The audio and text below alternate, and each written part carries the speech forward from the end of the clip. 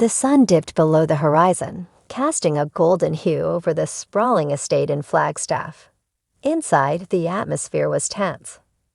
Kody Brown sat at the kitchen table, his hands clasped tightly together, his face etched with frustration. Across from him sat Robyn, her eyes red from crying, her posture slumped in defeat. "I can't do this anymore, Kody," Robyn said, her voice trembling.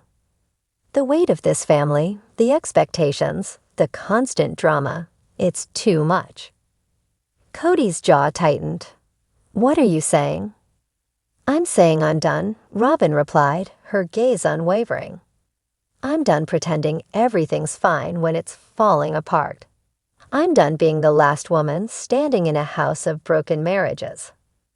Kody stared at her, disbelief washing over him. "You can't be serious."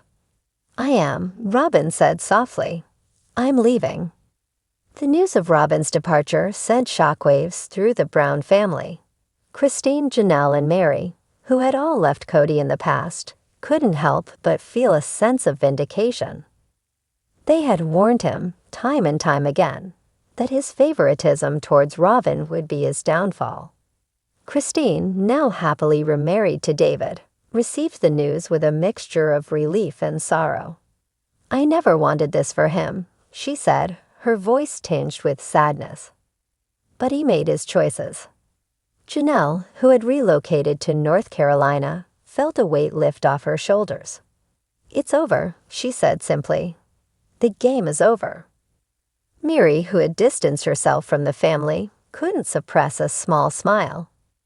"I guess they were right all along," she mused. "Karma's a powerful thing."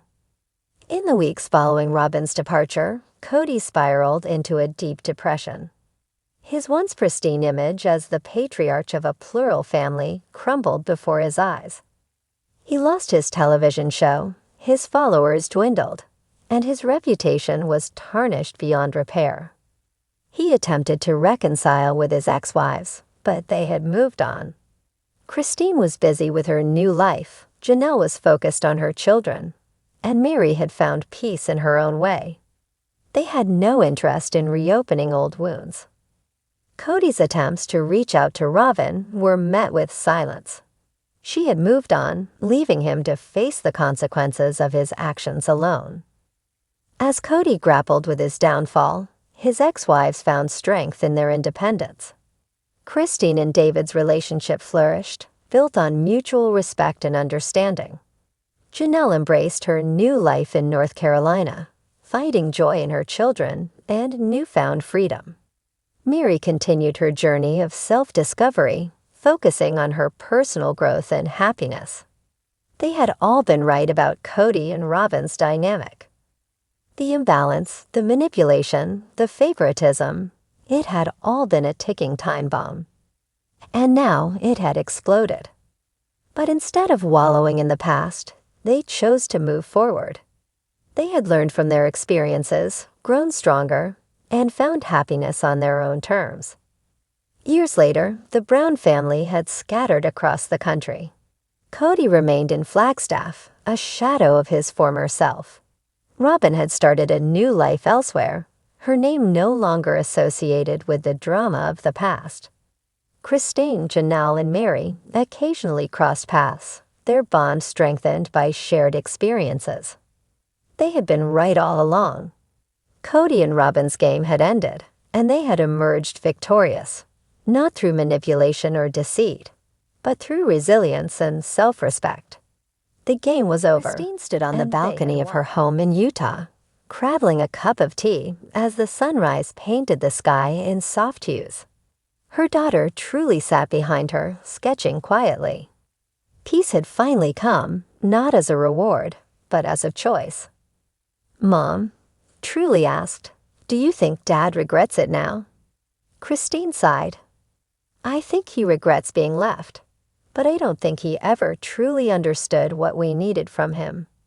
And that, in truth, was the heart of the downfall. Kody hadn't lost his wives. He'd simply never valued them until they were already gone.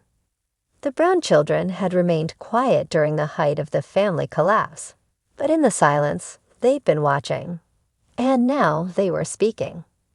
On a podcast, Gwen said, "We were always told that Robyn was just another mom. But she wasn't. She was the only wife Dad wanted to make happy. The rest of our moms were just obstacles." Madison, in a now viral video, added, "Our mothers carried everything while he played favorites. Now that Robyn's gone too, he's finally alone with the truth." The public support poured in. Fans no longer wondered. They knew. Mary, Janelle, and Christine had been telling the truth all along. 3 months after her split from Cody, Robyn posted a statement on her rarely used social media. "To the other wives and the children, I was blind to the damage. I defended what I thought was love. But now, looking back, I realize I helped destroy what could have been a powerful family. I'm sorry." It wasn't enough to undo the years of pain, but for Mary, Janelle, and Christine, it was closure. Mary even reposted it with a single line, "Thank you for finally seeing what we saw." Cody tried once more to speak publicly, this time in a podcast interview. But it didn't go the way he hoped. He spoke of betrayal, of being misunderstood, of losing everything. But the host interrupted him. "You didn't lose them, Cody. You pushed them out." And in that moment, Cody froze. Because deep down, he knew it was true. Mary took the ashes of her heartbreak and built something new. A retreat center for women recovering from spiritual trauma. Called Unbroken, the center hosted dozens of women each season, many from high-demand religions, polygamous backgrounds, or toxic marriages. One evening, Mary led a fireside circle. As she spoke, she didn't mention Cody's name. She didn't have to. Her strength said everything. Christine and Janelle launched a podcast called Sister Resilience, where they told their stories without shame and invited others to do the same. They didn't speak with bitterness. They spoke with clarity. And the world listened. Their first episode, "We weren't crazy. We were ignored." Years later, a reporter asked Christine if she had any regrets. She smiled softly. "I regret staying silent for so long, but I don't regret leaving, and I don't regret choosing myself." As for Kody, he lived quietly, rarely seen, no longer a reality star. No longer the king of a collapsing kingdom. Because in the end, Mary, Janelle, and Christine weren't just right. They were brave. And the game? It ended the moment almost a year since Robyn walked away from Cody. And in that time, she had found something she hadn't known she was missing. Herself. The silence, once deafening, had become soothing. But old habits die hard. Late one evening, she opened her laptop and began drafting an email. It was short, only 3 lines, but it was enough. "Cody, I've been thinking about us. Can we talk?" She hesitated, then hit send. When Cody saw Robyn's message, something flickered in him. Relief? Desperation? It didn't matter. He replied instantly. "Yes, anytime. Please." They met in a quiet cafe on the edge of town. No paparazzi, no cameras, just 2 people surrounded by the ruins of choices. Robyn sipped her coffee. "I thought we could rebuild." Cody leaned forward. "I want that. I still love you." But Robyn shook her head. "That's the problem. You loved me, but you destroyed everyone else to protect that love." She stood before he could speak. "I don't want to be the last one standing anymore." And just like that, the final piece of his world left, quietly and completely. 6 months later, a book hit the shelves. Behind Closed Doors, My Life as the Last Wife by Robyn Brown. It was raw, unfiltered, and shocking. She detailed Cody's controlling nature, how he would isolate her when things went bad with the other wives, and how he pitted her against them. Robyn didn't spare herself either. She admitted to turning a blind eye to his manipulation, to choosing comfort over sisterhood. "I wasn't innocent. I was complicit." The book climbed to number 2 on the nonfiction bestsellers list. Mary read it in one night. Christine said, "Took her long enough." Janelle, she just nodded. "Welcome to the truth, Robyn." Mary, now a successful author and motivational speaker. She owns 2 wellness retreats and leads workshops on reclaiming self-worth after spiritual manipulation.